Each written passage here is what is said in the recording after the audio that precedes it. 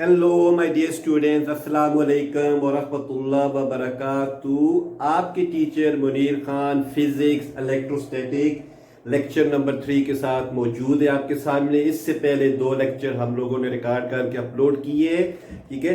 तो उन लेक्चर को आप जरूर व्यू करें, आपको अंदाजा हो जाएगा फिर लेक्चर नंबर 3 का, उसके साथ आपका कनेक्शन बन जाएगा और आपका नॉलेज थोड़ा सा परफेक्टली मोल्ड होता जाएगा टॉपिक के मतलब। तो आज हमारा बहुत अहम कोर टॉपिक है, यानी इंपॉर्टेंट टॉपिक है, जिसके लिए हमने पहले तैयारियां की थी सारी। पहले लेक्चर में मैंने थोड़ा सा आपको बेसिक चार्ज के मतलब बताया, चार्ज क्वांटाइजेशन के मतलब बताया, चार्ज कंजर्वेशन के मतलब बताया। सेकंड लेक्चर में मैंने आज जो लेक्चर करेंगे कूलम लॉ के मतलब इसकी चंद कंडीशन को मैंने अपने लिहाज से डिफाइन करने की कोशिश की, समझाने की कोशिश की। होपफुली उन चीज़ों को देखने के बाद आप इस लेक्चर को थोड़ा ज़्यादा एंजॉय करेंगे। वो चीज़ें हम डिटेल में यहाँ नहीं बता सकते, बताएंगे तो लेक्चर की लेंथ बहुत ज़्यादा हो जाएगी, ठीक है। यहाँ मैं आज फोकस करूंगा कूलम्स लॉ के मतलब, और फिर हो सकता है कि इसके मतलब कुछ और एक वीडियो भी बनाना पड़े, लेकिन देखते हैं कितना मटेरियल हम कवर कर लेते हैं स्पेसिफिक टाइम के अंदर, ठीक है। तो चलिए कूलम लॉ को हम लोग स्टडी करने की कोशिश यहाँ पे करते हैं। बेसिकली अगर आप बोर्ड पे देखें तो पहले मैंने इसको समराइज के तौर पे लिख दिया कि कूलम लॉ बेसिकली है क्या। कूलम, कोई डाउट नहीं, एक ग्रेट साइंटिस्ट गुजरे हैं। कूलम लॉ ने एक्सपेरिमेंट करके अपनी लेबोरेटरी के अंदर उन्होंने एक डिवाइस यूज किया जिसका नाम था टॉरियन बैलेंस डिवाइस। उस डिवाइस को इस्तेमाल करके एक्सपेरिमेंटली ये मालूम किया दो चार्जेस के दरमियान फोर्स कितनी कैसे हम कैलकुलेट कर सकते हैं। फोर्स तो एग्जिस्ट करती है, ये तो हमें पता है कि जो चार्जेस होते हैं, जैसे हम यहाँ पे देख रहे हैं, मैंने इस डायग्राम में शो करने की कोशिश की है कि दो मेरे पास लाइक चार्जेस पड़े हुए, लाइक मतलब सिमिलर चार्जेस पड़े हैं और इनके दरमियान फोर्स ऑफ रिपल्शन एग्जिस्ट करती है। This is the natural phenomena in the nature. तो यहां से हम देख सकते हैं कि मैं अगर यहां लिखता हूं F12 और यहां लिखता हूं F21, इसको हम लोग इंशाल्लाह ताला थोड़ा आगे एक्सप्लेन करेंगे इस नोटेशन को, यानी कि चार्ज 1 को चार्ज 2 को चार्ज 1 रिपेल कर रहा है और चार्ज 1 को चार्ज 2 रिपेल कर रहा है। ये चंद नोटेशंस है, ठीक है, जिनका हम गाय बगाए आगे बढ़ के जिक्र करना शुरू करेंगे। तो मैं ये कहना चाहता हूं कि कूलम्स लॉ बेसिकली अप्लाई होता है दो चार्जेस के दरमियान फोर्स मालूम करने के लिए। और कंडीशन कभी ना भूलिएगा, कंडीशन को जहन में रखना है कि दोनों चार्जेस जो है पॉइंट चार्ज होने चाहिए या लोकलाइज चार्ज होने चाहिए, ठीक है, जिसका जिक्र प्रीवियस लेक्चर नंबर 2 में मैंने किया था। पॉइंट चार्ज क्या होती है, number 1, and number 2, charge rest में होने चाहिए रिलेटिवली। अगर चार्ज मूव भी करे तो रिलेटिवली उनके दरमियान जो है ना डिस्टेंस कांस्टेंट रहना चाहिए, रिलेटिव स्पीड 0 होनी चाहिए, स्पीड डिफरेंस 0 होना चाहिए। उस केस में डिस्टेंस कांस्टेंट रहेगा और फिर हम इसको अप्लाई करेंगे, वो बात हम पहले कर चुके हैं। तो मैं कहता हूं, अब मैं आता हूं चार्ज लॉ को डिफाइन करूंगा। उसके डेफिनेशन को जो स्टेटमेंट है वो तो मैं यहां नहीं लिख रहा, लेकिन आप सीनियर क्लास है, आप उसको किताब में सिर्फ देख सकते हैं। उसका मैथमेटिकली हम उसको साथ साथ करते चले जाएंगे, डिस्कस करते चले जाएंगे, ठीक है। तो एक्सपेरिमेंट, सीरीज ऑफ एक्सपेरिमेंट के बाद with the help of Taurean balance what conclusion come into the mind of great scientist coulomb. कैसे उसने कंक्लूड किया कि कौन कौन से फैक्टर थे जो कि दो चार्जेस के दरमियान फोर्सेस को डिटरमिन करते हैं। तो वो फैक्टर्स हमें डिस्कस कर रहे हैं, उन फैक्टर्स को वेरी करके फोर्स को आप लोग कम ज्यादा कर सकते हैं। This is the important concept about this, okay. तो दी स्टूडेंट्स, तो पहले अब आप देखिए इस डायग्राम के अंदर मैंने कुछ वेरिएबल क्वांटिटी यहां पर शो की है। Variable mean the quantity which can be very by us, okay. उनमें आप देख सकते हैं Q1 Q2 नोटेशन हम यूज करेंगे क्वांटिटी ऑफ चार्ज के लिए। कैपिटल Q भी यूज कर सकते हैं, स्मॉल Q भी यूज कर, और चार्जेस नेगेटिव भी हो सकते हैं, पॉजिटिव भी हो सकते हैं, फोर अट्रैक्टिव भी हो सकती है, रिपल्सिव हो सकती है। तो फार्मूला दोनों के लिए सेम रहेगा, ठीक है। तो अब जैसे कि मैंने यहां बताया कि Q1 Q2 चार्जेस हैं, ये वेरी भी किए जा सकते हैं और इनके दरमियान डिस्टेंस R है, ये भी कम ज्यादा किया जा सकता है। और दो चार्ज के दरमियान मीडियम, दो चार्ज के दरमियान वैक्यूम, एयर, वाटर, आयरन, निकल, गोल्ड, कोबाल्ट, प्लास्टिक, कोई भी मटेरियल दो चार्ज के दरमियान एग्जिस्ट कर सकता है, ठीक है। तो ये सारी चीजों को ज़हन में रखते हुए आगे बढ़ेंगे। तो कूलम ने भी जब अपने एक्सपेरिमेंट में सब चीजों को कंसीडर किया कि आया चार्ज को कम ज्यादा करने से जो फोर्स पैदा होगी दो चार्ज के दरमियान उस पर क्या फर्क पड़ेगा, आया दोनों के दरमियान डिस्टेंस कम ज्यादा करने से क्या फर्क पड़ेगा, आया मीडियम को तब्दील करने से क्या फर्क पड़ेगा। इस तरीके से हमारे पास डिटेल आगे जाएगी। तो चलिए सबसे पहले इफेक्ट ऑफ चार्जेस देखते हैं ऑन द फोर्स, यानी चार्ज की मिकदार को कम ज्यादा करने से फोर्स पे क्या फर्क पड़ेगा, कैसे इस चीज को परसीव किया एक्सपेरिमेंटली कूलम ने और उसको मैथमेटिकल फॉर्म में फिर राइट किया। तो वेरी इजी। तो कूलम ये कहता है, कूलम का लाइक नेचुरल जो वो ये कहता है कि जितनी क्वांटिटी ऑफ चार्ज आप बढ़ाते जाएंगे दो चार्जेस के ऊपर, तो उतनी फोर्स स्ट्रांग होती जाएगी। तो इसका मतलब है कि यहां पर एक मैथ के अंदर हम पढ़ते हैं डायरेक्टली प्रोपोर्शनैलिटी रिलेशनशिप।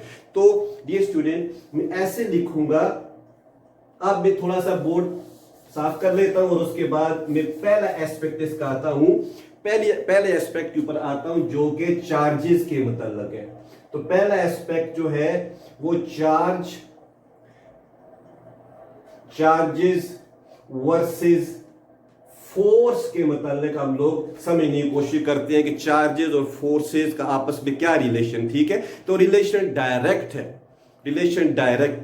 डायरेक्ट का मतलब ये बनता है कि जैसे ही चार्ज की क्वांटिटी बढ़ती जाएगी तो फोर्स भी बढ़ती जाएगी। तो हम इसको मैथमेटिकल फॉर्म में लिखते हैं। अगर मेरे पास यहाँ पे एक चार्ज है, लेट करो Q1, और यहाँ मेरे पास चार्ज है दूसरा Q2, ठीक है, तो फिर मैं अब जिस वक्त हम चार्जेस का जिक्र करेंगे उस वक्त में बीच में डिस्टेंस को कांस्टेंट रख के जिक्र कर रहा हूं। ठीक है, तो अगर हम चार्जेस की क्वांटिटी को इंक्रीज करेंगे तो कूलम के मुताबिक force between them is directly proportional to the product of charges.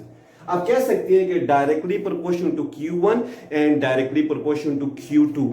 सो यहां पे मल्टीप्लाई का कॉन्सेप्ट भी आ चुका है कि इन दोनों का प्रोडक्ट जरूरी है। अगर एक को जीरो कर दे दूसरे को मर्जी जितना बढ़ाते जाए फिर दो तो होंगे नहीं, तो उनके दरमियान फोर्स का क्या सिलसिला बनेगा। ठीक है, फोर्स बिटवीन टू, जब बिटवीन टू की बात करेंगे तो यहां पे प्रोडक्ट आएगा, दोनों चार्जेस एग्जिस्ट करना जरूरी है, तब बिटवीन टू फोर्स होगी। इसलिए अगर आप इसको बहुत बड़ा कर दें, अब ये प्रोडक्ट को समझे कि इनके दरमियान में प्रोडक्ट है, और यहां पे मैं आपको बता दूंगा मैग्नीट्यूड की बात करूंगा, चाहे फोर्स अट्रैक्टिव है रिपल्सिव है, हो सकते हैं कि इनके दरमियान फोर्स अट्रैक्टिव हो, और आपको पता है कि अगर एक नेगेटिव पॉजिटिव हो जाए तो फोर्स अट्रैक्टिव आ जाएगी। अगर दोनों के दोनों चार्जेस जो है लाइक चार्जेस होते हैं फोर्स रिपल्सिव आ जाएगी। ठीक है, लेकिन हम यहाँ मैग्नीट्यूड की बात करेंगे। थोड़ी देर के बाद मैं इसकी वेक्टर नोटेशन पे आऊंगा तो फिर हम इस चीज को लादा से देखेंगे कि नेगेटिव पॉजिटिव का कॉन्सेप्ट आएगा। इसीलिए ये चीज मेरे पास जो है एज अ मैग्नीट्यूड की फॉर्म में मैं इसको लूंगा कि आया इसमें माइनस डालूं, प्लस डालूं, माइनस डालूं, जवाब मैंने अभी मैग्नीट्यूड की फॉर्म में लेना है। I am interesting about magnitude of the force. So magnitude of the force between the two charges, this is the first point according to Coulomb, is directly proportional to the product of the charges. It's mean as the product is increasing, the force is going to be increased. It's mean if we increase charge 1, keeping charge 2 constant, if we increase charge 1 keeping charge 2 constant, the force will be increased. If we increase charge 2 keeping charge 1 constant, the force will be increased between them. If we increase both, the force will be increasing. So it's mean if the quantity of charge is going to be increased, then the force between the two charges is going to be increased surely. Okay?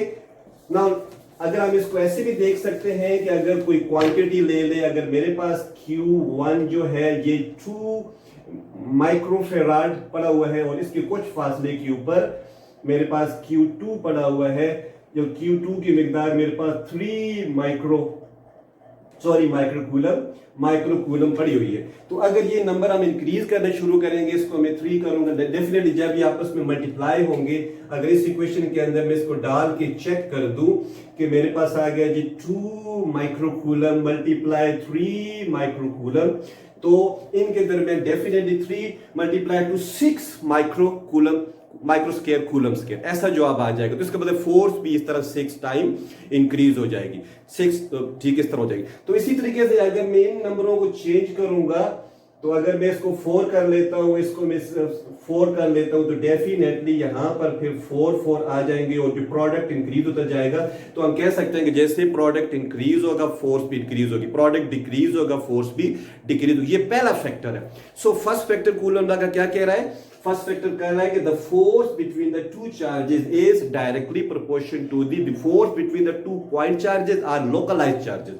Okay, localise charge एक जगह fix होते हैं, जैसे कि nucleus वगैरह के अंदर, एक रीजन के अंदर, ठीक है। तो the force between the 2 point charges, 2 point rest charges, 2 localise charges is directly proportional to the product of their charges. ये उसकी फर्स्ट रिलेशन है। अगर मैं इसको 1 नंबर दे दूं, तो इस रिलेशन के अंदर हम लोगों ने क्या देखा कि जो फोर्स चार्जेस के दरमियान एग्जिस्ट करती है वो चार्जेस की क्वांटिटी पे डिपेंड करती है, और दोनों चार्जेस होना जरूरी है। अगर एक को आप बहुत इंक्रीज कर दे, लेट्स सपोज करें कि ये मेरा जो चार्ज है ये अगर बहुत ज्यादा चार्ज है, ठीक है, अगर मैं कहता हूं कि 1000 कूलम के करीब है, और दूसरा चार्ज अगर मैं 0 कर दूं, चार्ज एग्जिस्ट नहीं करता, तो फिर भी हमारे पास 0 आंसर आएगा, क्योंकि दूसरा चार्ज है ही नहीं।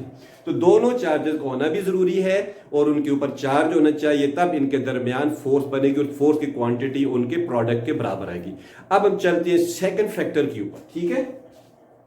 तो सेकंड फैक्टर जो है वो है हमारे पास distance between charges and force relation. Distance between charges, तो सेकंड रिलेशन आ रही है distance between distance versus force.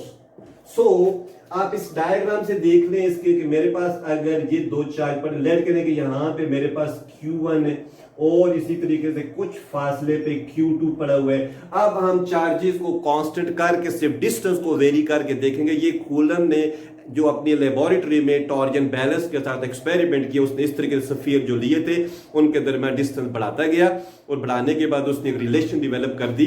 वैसे भी हम लोग समझते हैं कि जैसे अगर 2 मैसेज के दरमियान डिस्टेंस इंक्रीज कर दें तो उनके दरमियान ग्रेविटेशनल फोर्स भी डिक्रीज होती है, और 2 मैसेज के दरमियान डिस्टेंस अगर हम डिक्रीज करें फोर्स इंक्रीज हो जाती है। तो ये इनवर्स रिलेशन आ रही है। पहले जो रिलेशन थी वो डायरेक्ट थी, हमने यहां पे देखा कि चार्ज वर्सेस फोर्स की जो रिलेशन है वो डायरेक्ट आ रही है, और डिस्टेंस वर्सेस फोर्स की रिलेशन अब हम स्टडी करेंगे ये इनवर्स आएगी। नेचुरल सा फिनोमेना है। आप इसको मैग्नेट से भी समझ सकते हैं कि अगर 2 मैग्नेट्स आप दूर दूर करना शुरू करेंगे तो उनके दरमियान फोर्स डिक्रीज होगी। इसी तरीके से 2 चार्जेस का डिस्टेंस अगर हम इंक्रीज करना शुरू करते हैं तो फिर ये प्रूव हो चुका है कि उनके दरमियान फोर्स डिमिनिश और डिक्रीज होना शुरू हो, राइट। तो अगर उनके दरमियान डिस्टेंस r है और अगर ये डिस्टेंस हम इंक्रीज कर देंगे, अगर यहां पर कोई फोर्स F है तो यहां पर फोर्स पे F डैश बन जाएगी, और F डैश जो है लेस देन F होगी, कीपिंग चार्जेस कांस्टेंट।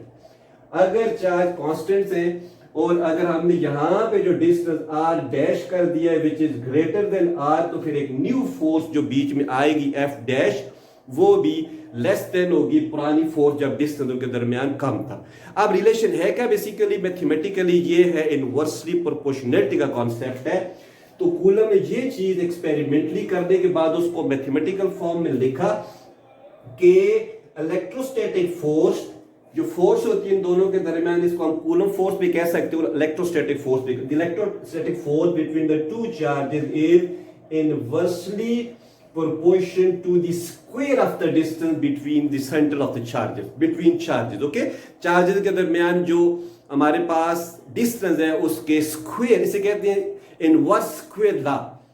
जैसे कि आप लोगों ने इससे पहले अगर आप ग्रेविटेशनल फोर्स का समझते हैं कि इसमें भी आप इस चीज को देख सकते हैं कि यहां पर ये चीज भी मौजूद है कि 2 जो मैसेज होते हैं इनके दरमियान जो फोर्स है वो ऑलरेडी डिस्टेंस के इनवर्स स्क्वायर लॉ पे होता है। अब इनवर्स का मतलब क्या बनता है कि अगर मैं ये कहता हूं कि R2 के दरमियान 2 है तो फिर फोर्स और रेशियो R का जो इसका रेशियो ऐसे बन जाएगा। तो मैं कह सकता हूं कि अगर हाँ, मैं इस तरह कह सकता हूँ, यहाँ पे मैं एक और तरीके से बयान करता हूँ, सॉरी, इसमें मैं कहता हूँ कि R जो है उसकी रेशो F के साथ करेंगे और F जो है वो 1/r के स्क्वायर से रिलेट करता है। R अगर मैं 2 कर दूंगा तो इसके जो फोर्स होगी आप समझिए ऐसे कि 1/2 का स्क्वायर मीन 1/4 हो जाएगी, 4 टाइम हो जाएगी।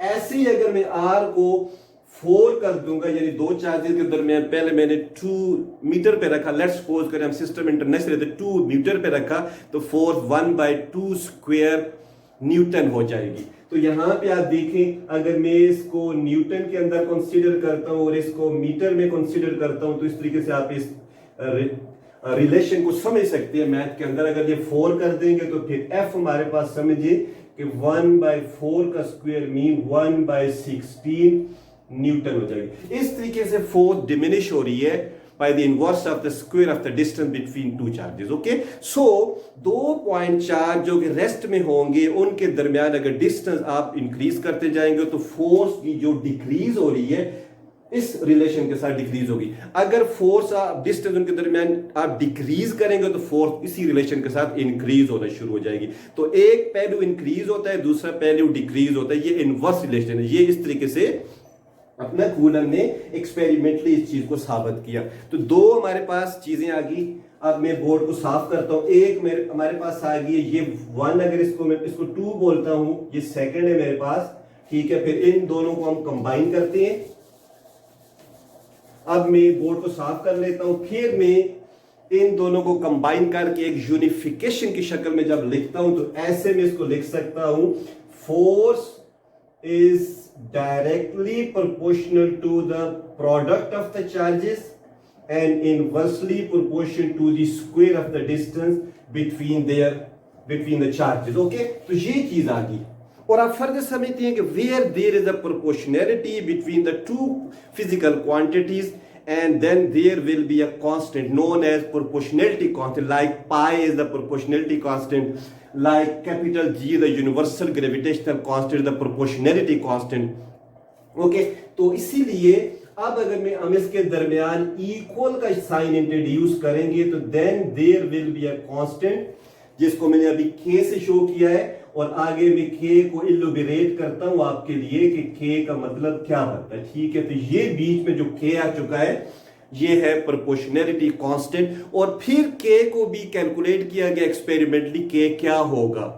लाजिम बात है, कुछ डिस्टेंस रखा गया होगा, चार्जेस की वैल्यू रखी गई होगी, फोर्स देखी गई होगी, और कुछ तरह डिवाइड वगैरह करके कोई रिजल्ट डिवाइड मल्टीप्लाई करके रिजल्ट निकलेंगे।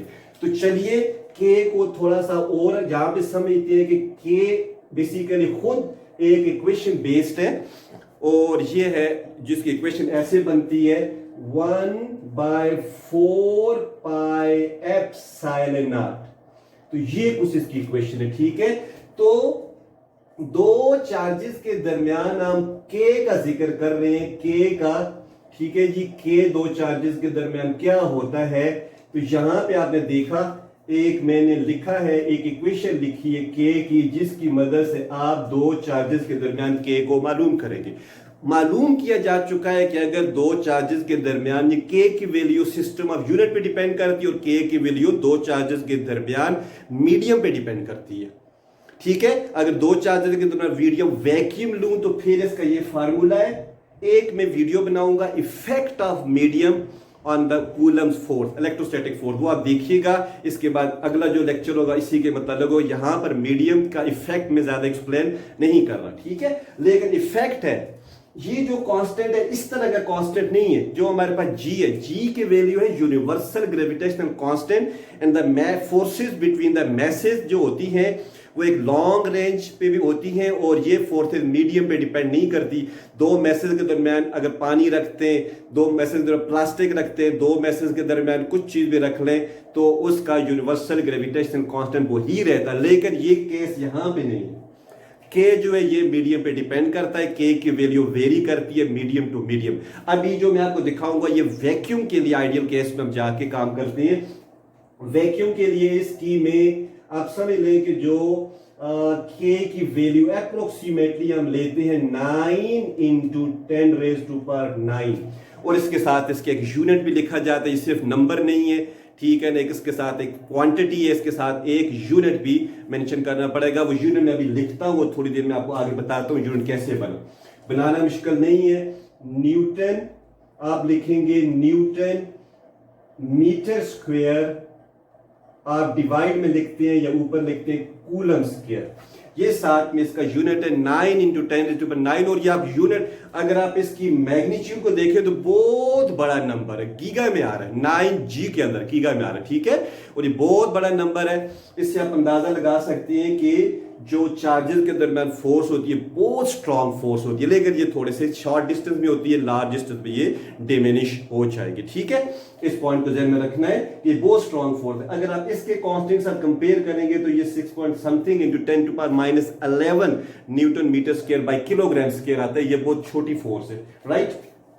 तो यहां पे मैंने आपको बता दिया कि ये था इसके साथ कांस्टेंट का, कि अगर दो चार्जेस के दरमियान अगर हम फोर्स कैलकुलेट करना चाहते हैं तो कूलम लॉ ने कैसे डिस्क्राइब कर दिया कि दो चार्जेस के दरमियान जो फोर्स होती है वो directly proportion to the product of charges होती है, ठीक है, और inversely proportion to the square of the distance between them होती है। इसे इनवर्स स्क्वायर लॉ कहते हैं। ये भी इनवर्स स्क्वायर लॉ है, ये भी इनवर्स स्क्वायर लॉ है, इलेक्ट्रिक फील्ड इंटेंसिटी भी इनवर्स स्क्वायर लॉ है, और भी इस तरह के इल्यूमिनेशन ऑफ लाइट एक हम स्टडी करेंगे वर्क कहीं, वो भी इनवर्स स्क्वायर लॉ के अंदर आती है, ठीक है। तो ये था। बाद में जब हमने इनके दरमियान इक्वल इंट्रोड्यूस किया तो कांस्टेंट आ गया हमारे पास के को थोड़ा सा हम लोगों ने डिस्कस किया कि के क्या होता है। के जो है प्रोपोर्शनलिटी कांस्टेंट है और के की वैल्यू मीडियम पे डिपेंड करती है। अगर आप इसकी इक्वेशन देखें तो इसमें 1/4 पाई एप्सिलॉन नॉट लिखा हुआ आपको नजर आएगा। एप्सिलॉन नॉट जिसको मैंने बोला है ये वाला, इसको हम लोग कहते हैं परमिटिविटी ऑफ फ्री स्पेस। तो इसके मुतालिक मैं आपको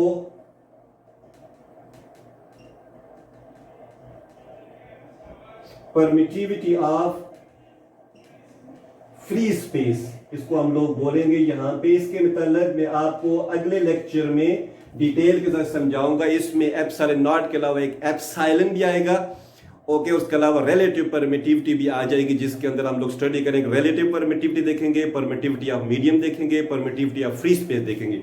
अभी हमारे पास ये परमिटिविटी ऑफ फ्री स्पेस है, यानी this is the constant and this constant is about exist whenever the medium between the two charges of free space are air। Air के लिए थोड़ा सा फर्क पड़ेगा, 1.000 कुछ आ जाएगा, और आइडियल केसेस का जो है आपको वैक्यूम के लिए मिलेगा। इस तरीके से हमारे पास इस लेक्चर के अंदर जो मैंने ये चीज बताई आपको कि ये कूलम लॉ की इक्वेशन है, और इस इक्वेशन को हम अप्लाई करके दो चार्जेस जो स्टैटिक चार्जेस होंगे और पॉइंट चार्जेस होंगे, अगर उनके दरमियान हमारे पास ये मालूमात मौजूद है कि Q1 की वैल्यू कितनी है, Q2 की वैल्यू कितनी है, उनके दरमियान R कितना है, कांस्टेंट K क्या है, अगर मीडियम का जिक्र ना करें तो फिर समझे कि उनके दरमियान वैक्यूम एग्जिस्ट करता है, आप डायरेक्टली यूज करेंगे।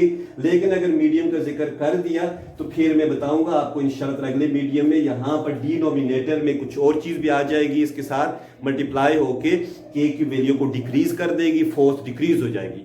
तो वैक्यूम के अलावा दो चार्जेस के दरमियान किसी और किस्म का मीडियम एग्जिस्ट करेगा तो फोर्स ने उसमें डिमिनिश होना है, राइट, यू अंडरस्टैंड। तो अब भी अपने लेक्चर को यहां पे क्लोज करता हूं।